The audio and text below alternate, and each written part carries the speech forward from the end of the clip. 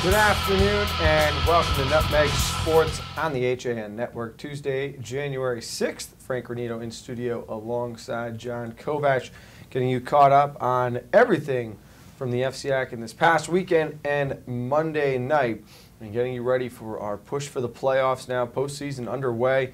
We saw the track and field indoor championships last Thursday. Congratulations to the Danbury boys squad and the Greenwich girls, as they are this year's champions. Danbury, of course, taking home the title in cheerleading as well over the weekend.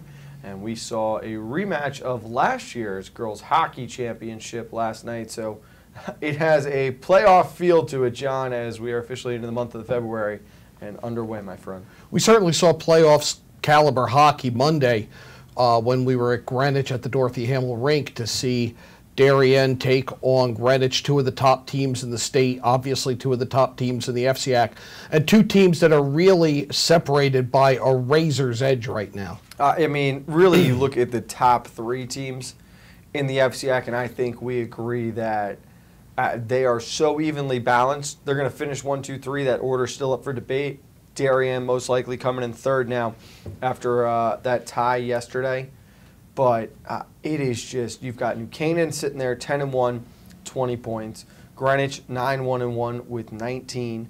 Darien 7-2-1 with 15. Greenwich and New Canaan play next Monday. By Tuesday morning next week, we're going to have a great sense of what the girls' hockey playoff picture looks like. Regardless of how that shakes out, the top three are so tightly matched. I don't think it matters. I don't know that seeds matter. I would say it matters because that number one seed. The 1-4 matters, but yes, exactly. You want to avoid having to play New Canaan, Greenwich, or Darien, whoever you are, in that semifinal. From their end, yes. From our end, for us, from our end, I don't think the seeds matter at all. I think we're going to see great hockey.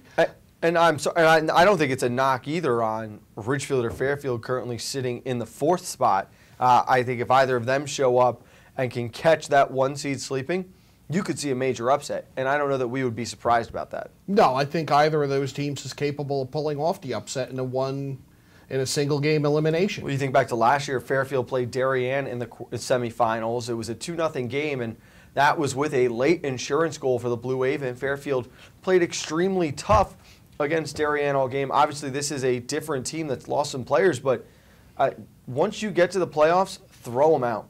Mm-hmm. Throw away the records, throw away the regular season. It is one game to determine it all. And I just think Ridgefield, who is sitting where they are because they got off to such a slow start, but since getting back players, they're healthy again. I think they're trending up right now. And you've got a lot of these teams that could also make noise come the state playoffs as well. No question. No question. There was a number, and we'll get to the game that we saw Monday, just to get a feel for how close these teams are. And it was one of those, it's out there and you don't realize it till you read it, from a story by Dave Stewart for the Darien Times and the Greenwich Post. Those two teams have played almost 100 minutes of hockey. They've played 98 minutes of hockey. One goal separates them. Yeah. I think we're going to see them again. I think they end up being the 2-3 matchup. I know Greenwich can control their own destiny with a win on Monday night against New Canaan. I actually think the Rams get it done. I've been so impressed with this New Canaan girls team this year, and I think mentally they've overcome some of the humps that have faced them the past few years. Being able to beat Darien twice is huge. They took one on the chin on an unusual day at Dorothy Hamill. I think they're able to bounce back off that loss, get a little bit of revenge heading into the postseason. So I think you're going to see Greenwich and Darien again in the semifinals. And I mean, you're right. It is on paper. I don't know that you would be able to put down enough numbers to lean one way or the other. I don't think you could. But just look at how this New Canaan team has arrived and the win streaks that they have. I mean, they're riding a 6-game streak right now. That coming off the loss to Greenwich. They went into the Greenwich loss with a 7-game win streak. This is a team that's finally found stride. And what I love about girls hockey in the FCAC right now, these girls these are young teams. This isn't a team that took its lumps and it's a senior-laden team that everybody's going to graduate. These are 3 teams that the same lineups are going to go at it over and over again for the next 2-3 years. New Canaan, you could make the argument compared to teams of the past. They're starting to get old. Some of their big-name players are becoming seniors. You've got Brooke Dean and Gianna Bruno getting up there, Liz McCarthy as well. But it's the influx of young talent that, I think for so long we saw a little bit of a gap here in the 2010s, the mid-2010s now, where there was just, I'm sorry to offend anyone who might have been a high school player in the past few years, I don't think we saw as much talent coming through the state of Connecticut, depth-wise, as we're seeing right now. There are a lot of young girls who are coming in varsity ready, and that's on the male side too for a lot of sports. There are a lot of young athletes coming in varsity ready and making an immediate impact. You're seeing that exponentially in girls hockey right now. You think it's feeder program? Oh, without a doubt. And so many of these girls are coming out of the Ice Cats program, out of the Darien Ice Rink and New Canaan Winter Club. It's all of Fairfield County girls who are getting in on the action.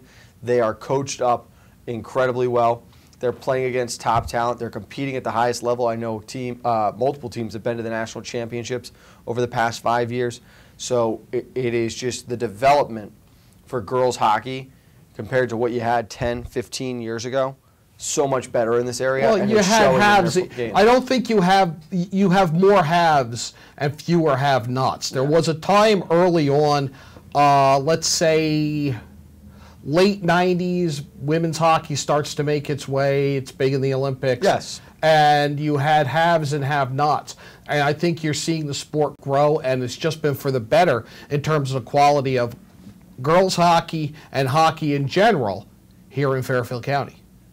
Boys, you might be able to argue they're trending down at the moment. We were talking with Don Lang about this. We were talking with Don Lang about this morning because Don is a Fairfield Prep alumni here for the HAN Network. He was talking about a fellow Prep alumni who's heading off to the Olympics to represent the U.S. on the national hockey team, Mark Arcabello. And I was saying, I was in 8th grade, Mark Arcabello's senior year. I remember going up to the Whale to watch him play against a New Canaan team that was loaded. Mike Fox, Chris Fetchett, Chris Conti. You had Kevin Nugent, Charlie Johnson, Tyler Zara, Dave Christie. I mean, these were guys that they beat Greenwich 8-0 in the FCX championship, John. This was a very, very talented New Canaan hockey team playing in the Final Four. I watched Mark Arcabello single-handedly destroy these young men. He scored 4 goals in that game, just went absolutely off. You don't have players like that consistently coming through anymore. You don't have as many of those players scattered around the state because there were very talented. Are they getting siphoned off to prep schools? They're going elsewhere now. And you had very talented Notre Dame of Fairfield, Notre Dame of West Haven squads. Hamden was always really good. West Haven was constantly in the top 5 back then. They're starting to fall off a little bit. So I just think there's a lot more. I don't want to say poaching is not the right word, but you are seeing more players off to prep schools. I would stop short of calling it poaching because it's kind of tradition for years, decades. You've seen great hockey talents because they are told that the scouts are going to the prep. And I say poaching sarcastically as a former public school hockey guy. But it does happen in some sports. We know that. I look at it as, I played with a lot of guys who ended up going off to prep school, being successful with their hockey careers, whether it was D3 or D1, whatever. But Bo Hickey, the legendary coach from New Canaan, used to always say, Holmes, if you're good enough, they'll find you. That is true. He had a guy, Jack Dawson, played in New Canaan not too long ago. Mm-hmm. Went on, became the all-time leading scorer at Middlebury. Yep. Played all 4 years in New Canaan. Yep. Yes, he did. Remember that. They found him. Again, we sort of gone 5 different ways here. The big thing being, I think we're both very happy with the state of girls hockey right now, where they're at. There are programs that are continuing to, you're seeing more programs be developed now in girls hockey where so many other sports are losing teams, and that's both at the high school and youth level. So a lot of good things happening in girls hockey. It's been so much fun to watch this season. They've expanded the state tournament to 12 teams. I think that's going to be huge big as well. So big things happening there. Let's take a break, John. When we get back, we'll dive into the highlights from last night. I want to get into this game a little bit more, talk about some of the factors that are going to play into the favor of these squads moving into the postseason and what could come back and haunt them.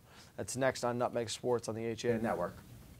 Well, there's still a bite out on the water. Most anglers have decided to stow the gear for the winter. Just because Mother Nature isn't cooperating doesn't mean you can't see the latest models of all your favorite gear. With 2 convenient locations, it couldn't be easier to get your fix of summer.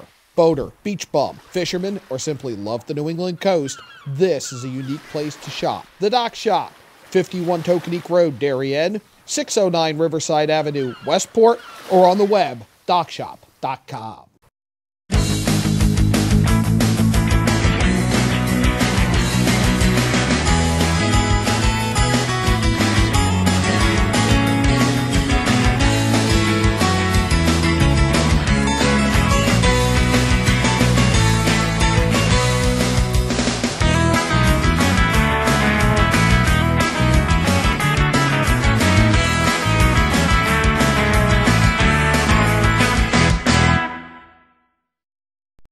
At Rings End, we say it's time to re-love your home. Time to refresh and reinvigorate the way you live. And whether you're redoing something big or small, remember the letters RE stand for Rings End. We're the new model in home remodeling. At Budget Blinds, we're in business to frame the light, the day, and the night. So we give you an exclusive combination of high style, expert service, our no surprises pricing, and our no questions asked warranty. We believe that everyone, at every budget, deserves style and service. Isn't that a beautiful place to be?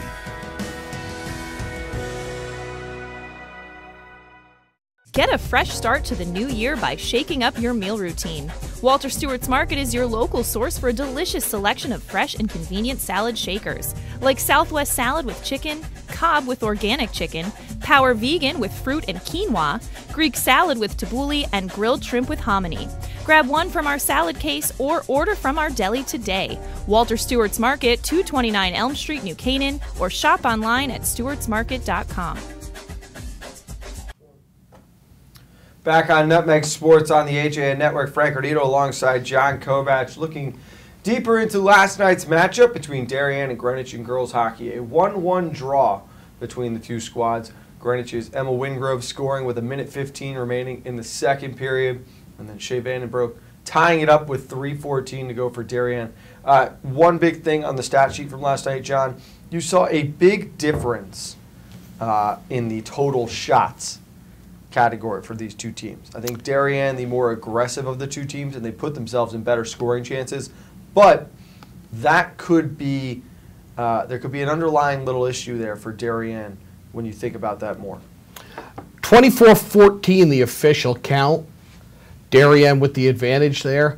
But as we said, when the first goal was scored by Greenwich, Darien had a massive advantage in shots on goal. Well, you think about, too, after the first period, Coach Tropsa for Darien changing up the strategy. They were going to get really aggressive below the end line. They wanted to cycle down low with their forwards, and their defense continued to crash from the point. They were going to play every puck, try to keep it in the zone. I think if we had time in the offensive zone, I think that would be heavily, heavily weighted to Darien. Greenwich excelled in the neutral zone in terms of stealing the puck there, intercepting passes. Well, what you saw with both these teams, I mean, you've got a girl like Jenny Piotrowski, so sturdy on the back end. She's not known for her offensive output, but she is the definition of a mentor to the younger girls. You've got 3 sophomores in your top 4 on the defensive pairings, but she's going to hold down that back line. She's not going to get beat, you know, to the outside and give up an odd man rush. She's going to be in the right position at all times. She's not going to turn it over in her own zone. On the other side for Darien, their defense with Cassidy, Tropsa, Drugan, and Martin, those girls are extremely athletic, tremendous skaters. They're smart with the puck. They want to join the rush, use their speed to facilitate and create space. Darien right now, they're lacking a scorer. They are lacking a legitimate top scoring threat. You talk about the defense. I think the Darien defense very well plays the role of a point guard in basketball. They bring it up. They create breakaways, lead passes, breakout passes. There were some shots and some opportunities that Darien could have cashed in that they just didn't, and it's nobody's fault, but it's just not. It's not getting a clean shot. When they started to set up, as you said, behind the net, under the end line, that's when they really started to succeed and get somebody in the slot, have two defenders up top, and really started to put and sustain pressure on Greenwich. And the big thing there was you've got the Greenwich wings collapsing down. They've got to help out in the slot. It opens up the points. They're able to get to pucks on the half wall. They're open for shots from the blue line. So it works out to the favor of Darien. But, you know, Shea Vandenbroek's been great this year. She has picked up the slack scoring goals for this team, but there's got to be that little bit of secondary and depth scoring to come and help out. A girl like Caitlin Chen, she's been playing hockey for 2 years. She's still learning how to really play this game. You wouldn't know that watching her yesterday. Somebody who comes in and establishes her presence in the slot and had quality scoring chances. Oh, no, and she is playing well beyond her years. Kate Bellissimo, so strong on the puck, does a great job. I think girls like Corinne Bevel, Elise Morrow, these senior leaders, they have now been thrust into a scoring type role, but they themselves are so prideful in they were defensive stoppers. They're centers on their lines. They're aggressive in the D zone. They help out and prevent scoring chances for the other team. So that's why you're seeing games with New Canaan, with Greenwich playing out to 1-0, 2-0, 1-1. And the goaltending's figuring in that huge. And you got 4 goalies on both, or I know, 2 goalies on each roster who make this difficult on the coaches for who's going to start any given day. Exactly. I mean, when you're interchangeable goalies, I mean, that's a great place to be. That's really good. Let's look at the highlights. 1-1 from the Dorothy Hamill skating rink, Greenwich and Darien, last night on the HN Network. As a save made out in front by Crepin, and the rebound was sticked over the top of the net. They battle down in the corner. Loose out in front, and they score!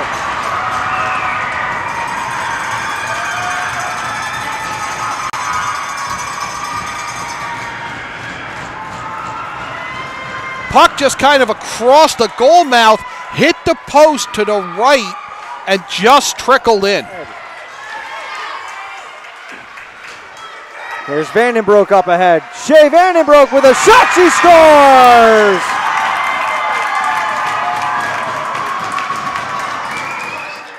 Kelly has been great on the draw all night. She's got Orzelik off behind her backhand. And Bellissimo's been one of the stronger skaters. Big collision at the point. Bellissimo out the other side behind the cage. Up to the point, it's Martin.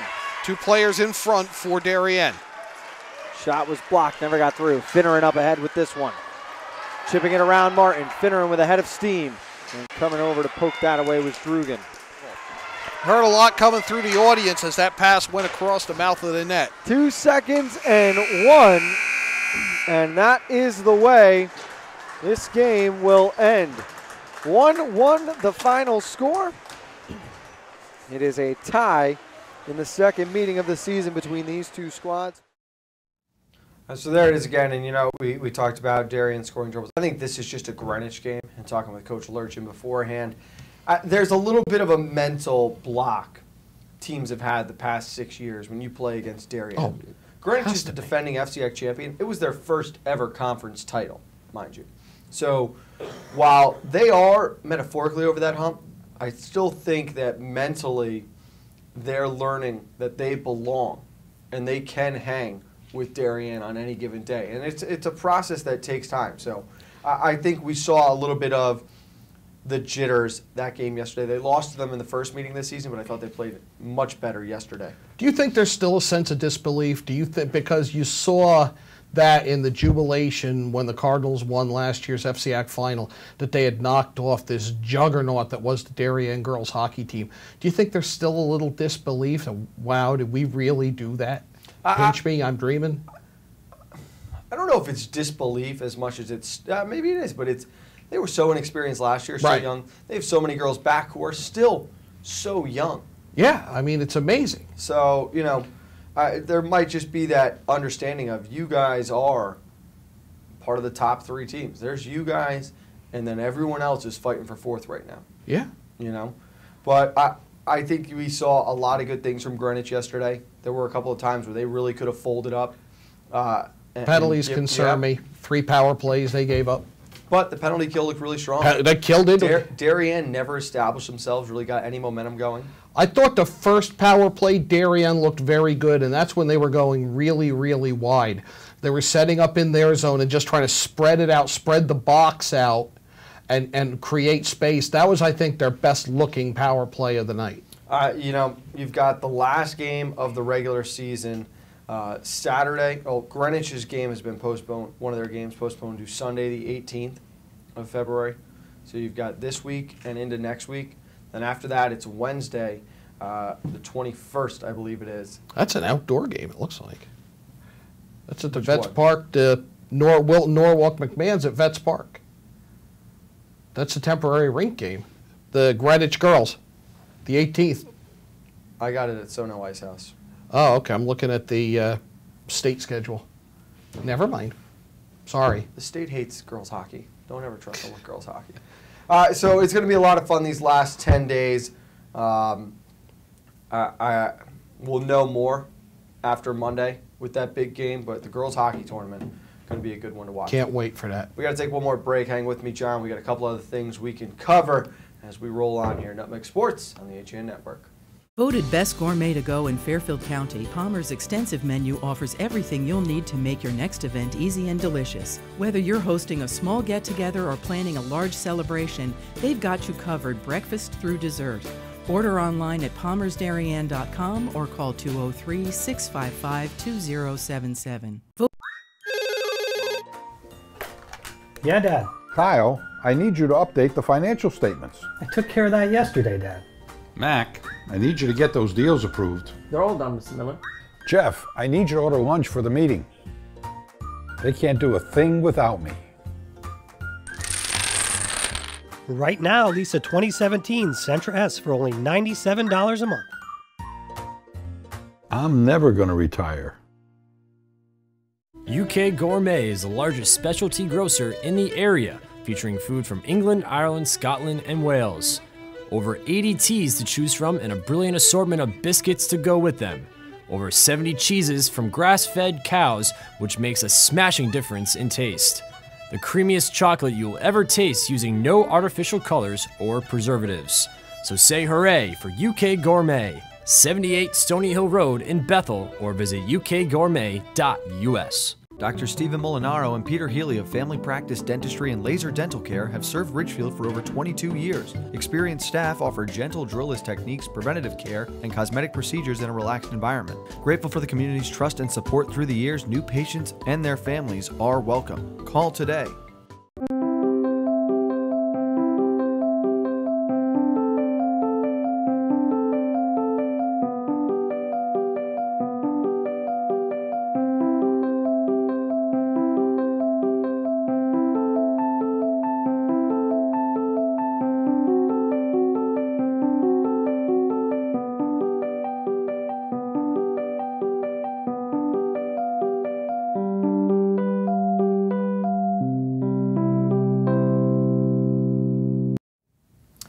Back on the HAN Network, Frank Granito, John Kovacs for Nutmeg Sports. It is Tuesday, January 6th. John, we have an announcement to make on our coverage of this year's cheerleading championships.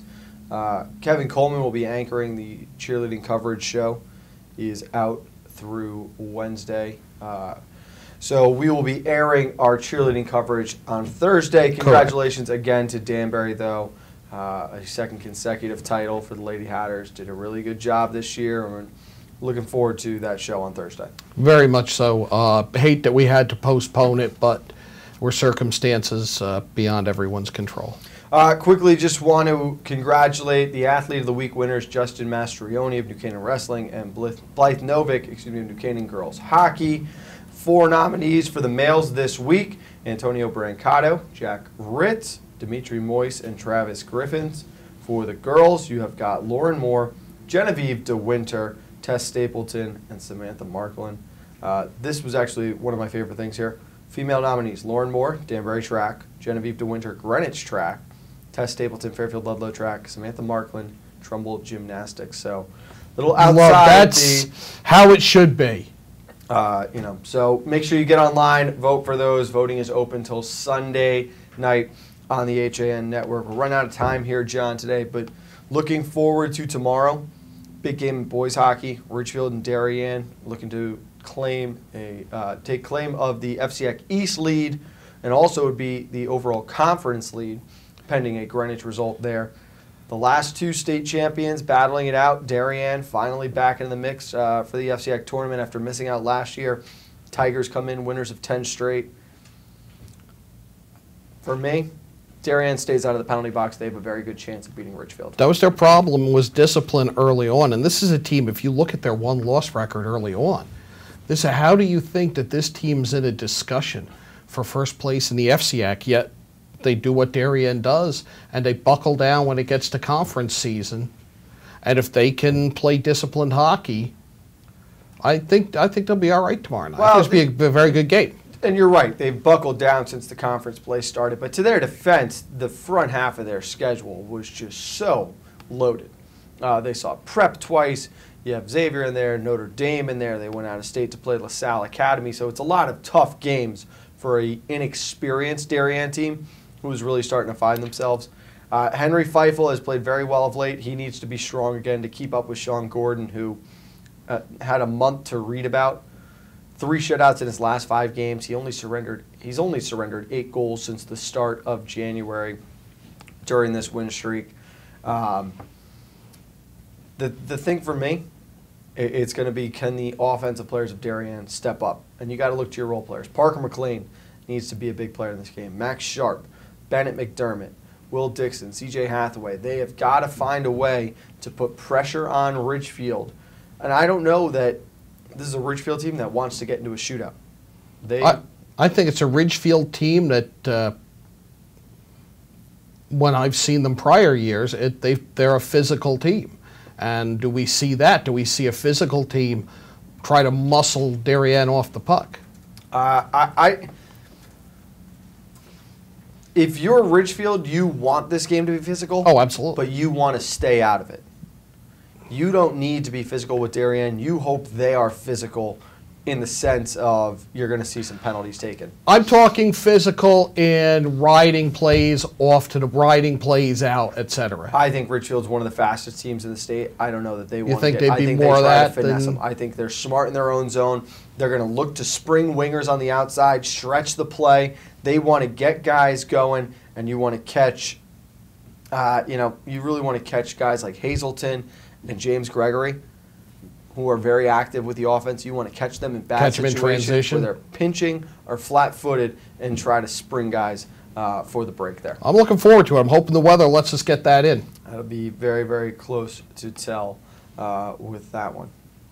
So all we can do is hope. Hey, it'll be a lot of fun. Puck drop is at 6 a.m. from the Darien Ice House. Excuse me? 6 a.m. Got my youth. Hold on. Got my youth hockey. That changes things in terms of my availability, Frank. Got my youth hockey scheduling on the mind there. 6 p.m. from the Darien Ice House. They will not be playing before school tomorrow. John and I will be there for that whole game. Well, now that it's the evening, I'll be there. There we go. John, good job today. Always a lot of fun. Thank you, Frank. All right. For John Kovacs, I'm Frank Granito. We'll see you next time. Nutmeg Sports on the HAN Network.